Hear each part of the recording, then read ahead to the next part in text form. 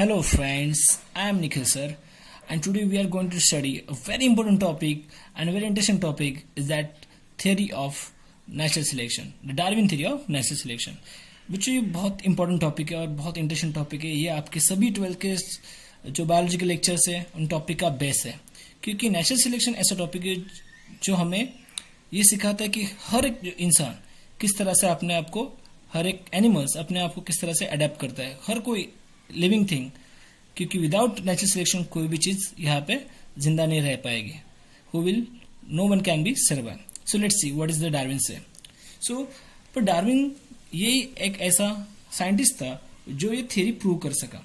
So according to Darwin, only Darwin could support that the evolution and adaptation were hand in hand, because the adaptation and evolution taken place, only Darwin could give a right reason to evolution. So Darwin theory seems to be more clearly.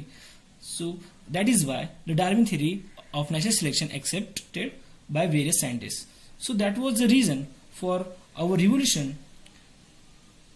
is Darwin. It should be a more interesting. So we can say that individual of which adapt to its best ability will able to survive and enter into a reproducing age. कोई भी अगर animal जो होता है वो individual होता है, वो अपने आप को पहले अडेप्ट करता है। अडेप्ट करने के बाद ही will best ability to will be able to survive and enter to a reproducing age. अगर वो सर्वाइव नहीं कर पाया तो रिप्रोड्यूसिंग एज में पहुंचेगा ही नहीं। सो वेरी इंपॉर्टेंट दैट क्या कहती है Darwin theory. So according to Darwin, each and every individual which is adapt to its best ability will be able to survive. हर कोई ऑर्गेनिज्म जो होता है वो अपने आप को एबल बनाता है सर्वाइव करने के लिए, और ऐसी एज में आता है कि वो रिप्रोड्यूस कर सके। Means one who adapt in best ability that only survive and reproduce, other will be die. जो ऐसी सिचुएशन में अपने आप को अडेप्ट कर सकता है वही जीत सकता है, वही यहाँ पे रिप्रोड्यूस कर सकता है, सर्वाइव कर सकता है। Other will be die, other will be perish. So let's see what is say that. उन्होंने ये कहा है इस थ्योरी में natural selection means a survival to be fittest. उन्होंने सर्वाइवल टू बी फिटेस्ट कहा है, and then one who fits, one which fits which environment the best possible way it can only survive, and that only organism can reproduce and passes his character to next generation. Means वही character वो एक generation next generation में transmit करता है, new offspring में transmit करता है, and offspring will be able to adaptable so environment. तो वही ऑफस्प्रिंग जो उनमें जो कैरेक्टर आ गए वही कैरेक्टर नेक्स्ट जनरेशन में ट्रांसमिट कर सकते हैं। So there will be a few की पॉइंट्स, ये सब उसके की पॉइंट्स है, उसके बारे में हम डिटेल स्टडी करने वाले हैं। सबसे पहला पॉइंट है यहाँ पे, first point is rapid multiplication, then limited environmental resources, struggle for existence, variations. Next will be a survival of the fittest, inheritance of useful variations, and the last one, formation of new species. Now we will see each and every point is one by one. So first of all we see that the rapid multiplication. See, rapid multiplication is the key point that takes place in various organisms. Actually this is a tendency of organism to produce bulk, to producing bulk. See the example of paramecium. Paramecium का example देख सकते हो। Various example of paramecium. अब paramecium की बात करेंगे, it multiplies in 3 times. Paramecium multiply करता है 3 times in 45 to 48 minutes. अगले 45 to 48 मिनट्स में 3 टाइम ये गुना बढ़ सकता है, इतने जल्दी से मल्टीप्लाई कर सकता है, ये बल्क में प्रोड्यूस करता है। So it means it all paramecium will be survive. So grow individual multiply, then all population gives high. So ये सभी पॉपुलेशन बढ़ सकती है। अगर एक भी पैरामीशियम उसमें से अगर सर्वाइव कर सकता है, सभी पर सर्वाइव कर सकते हैं, तो उसकी पॉपुलेशन कितनी बढ़ सकती है।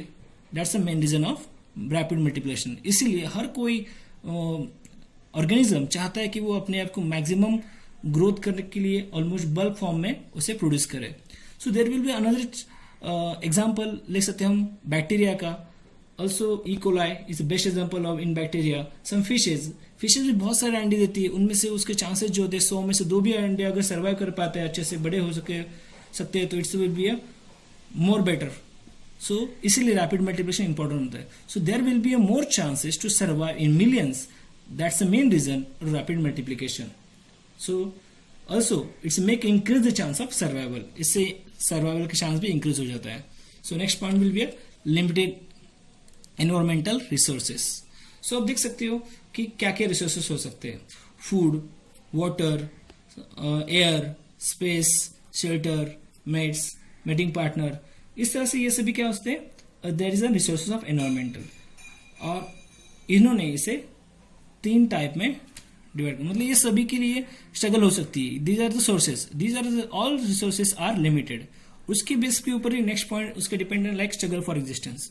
सो स्ट्रगल फॉर एग्जिस्टेंस क्या होता है, सबसे पहले is going to divide in 3 parts, interspecific, intraspecific and environmental resources. So these are the 3 types.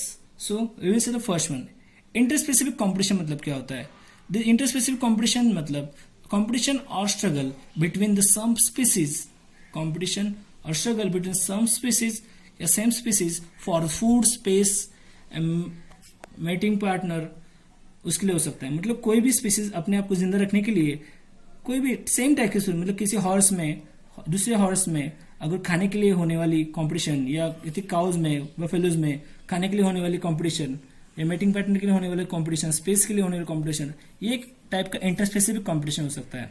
Interspecific, I will say INTER, it is called interspecific competition. Next will be intraspecific competition. This competition between struggle और competition between different species, कोई भी 2 different species में ये competition हो सकती है. That is by for किसके लिए, for common resource like food, space, shelter, इसके लिए हो सकती है. सो लाइक एग्जांपल ले सकते हैं हम हॉर्स और डियर और काउ, इन तीनों को ग्रास के लिए होने वाली या पानी के लिए होने वाली कंपटीशन, इसे कहते हैं intra specific competition. And the third one is very important, environmental competition. That is according to climatic condition adapt to the adjustments itself, वो अपने आप को एडजस्ट करता है. Will be a survive condition like extreme condition like cold, hot, drought condition. इस सारी condition में जो भी ऑर्गेनिज्म अपने आप को अकॉर्डिंग टू क्लाइमेटिक कंडीशन अपने आप को एडॉप्ट करने के लिए, एडजस्ट करने के लिए सर्वाइव करता है, उसे एनवायरमेंटल कंडीशन कहते हैं. That's a struggle for existence, उसके 3 point. Next point is variations. Variation means change. So variation means change brought up due to adaptation. Variations in defensive data come with us. Variation came with several adaptation for different condition around us.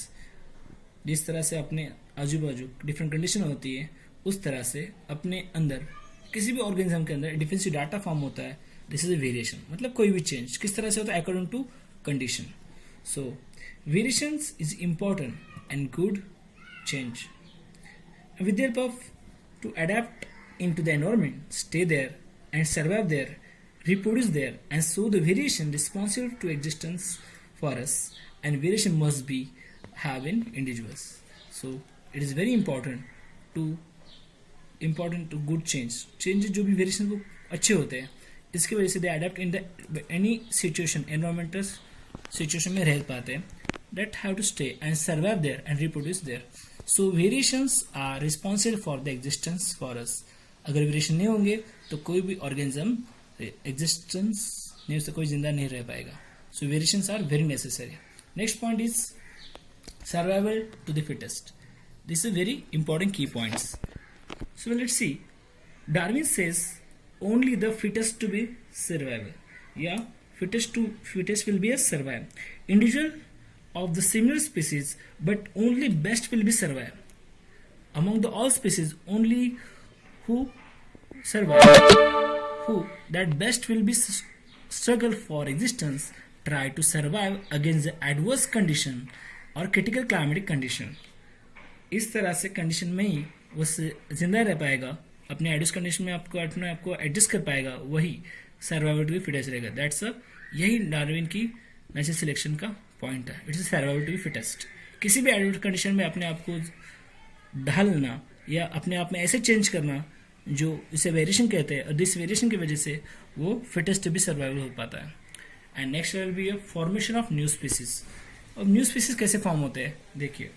Formation of new species मतलब we'll see that inheritance are useful for variations that create a chance for harmful to the next lane, जो भी harmful condition है, climate condition है, it never be same for all the time, कभी वो same नहीं होती, सभी जगह चेंज होती रहती है. So inheritance useful for variations if the individuals, जो भी इंडिविजुअल्स है, it to be, if the individuals it fit, so that fitness will be transferred to the next generation and it will be same.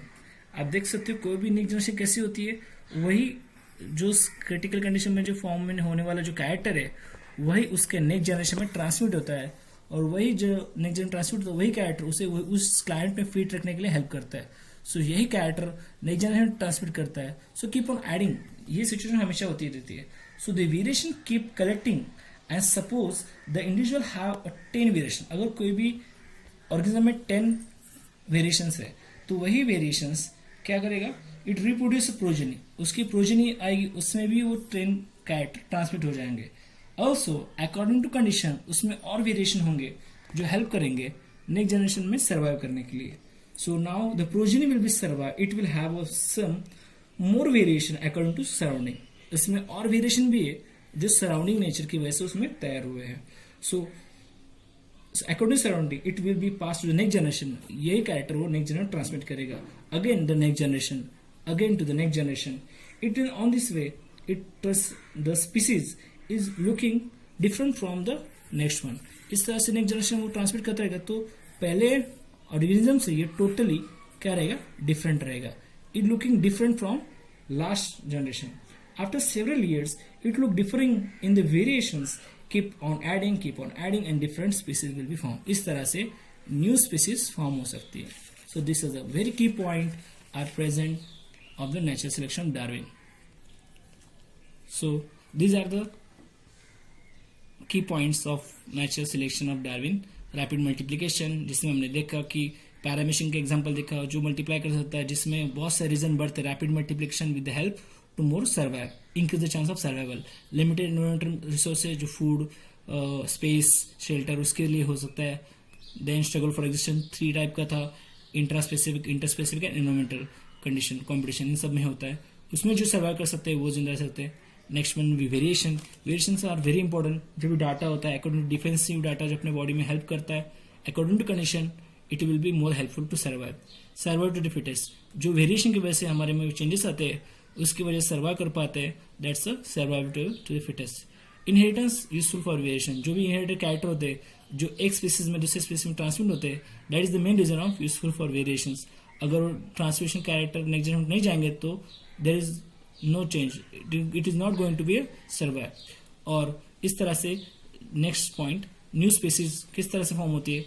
अगर कोई भी variations एक species में आकर रुक जाएगा तो न्यू स्पीसीज में वो चेंज नहीं आएगा. अगर वही कैरेक्टर नेक्स्ट जनरेशन ट्रांसमिट होगा और ऐसे ट्रांसमिट करते नेक्स्ट जनरेशन करते करते बहुत सारे जनरेशन होने के बाद फर्स्ट स्पीसीज और लास्ट स्पीसीज को देखेंगे तो बहुत सारा चेंज उसमें रहेगा.